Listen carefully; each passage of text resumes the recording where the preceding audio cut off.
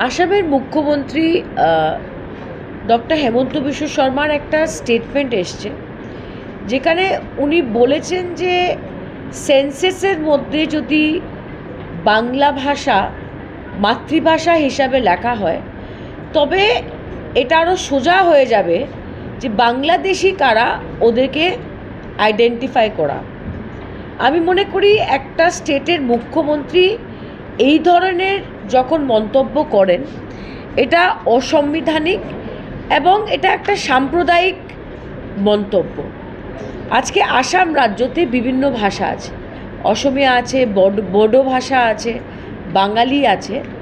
আজকে যদি কেউ কারুর ভাষাকে অপমান করে সেটার পক্ষে আমি একদমই নয়।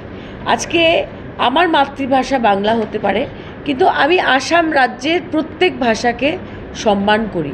কিন্তু মুখ্যমন্ত্রীর এই কথাটা এক ধরনের, আমি মনে করি এক ধরনের হুমকি, এক ধরনের থ্রেট দেওয়া হচ্ছে যে সেন্সেসের মধ্যে একটা সাধারণ মানুষ ওর মাতৃভাষাকে বাংলা হিসাবে যদি লেখাতে হয় ও কিন্তু ভয় পাবে, বিশেষ করে যারা সংখ্যালঘু আছে।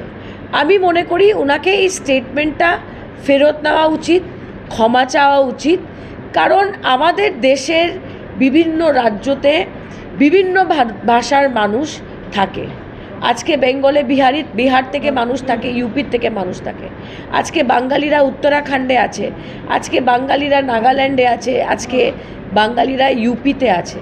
তো এই ধরনের বাঙালি বিদ্বেষী মন্তব্য করাটা আমি মনে করি একজন মুখ্যমন্ত্রীর জন্যে অত্যন্ত দুর্ভাগ্যজনক। ওনাকে এই স্টেটমেন্টটা ফিরিয়ে নেওয়া উচিত। আর সবাই সবার মাতৃভাষাকে সম্মান করে আমি মনে করি আসামে আমাদের বসবাস করা উচিত।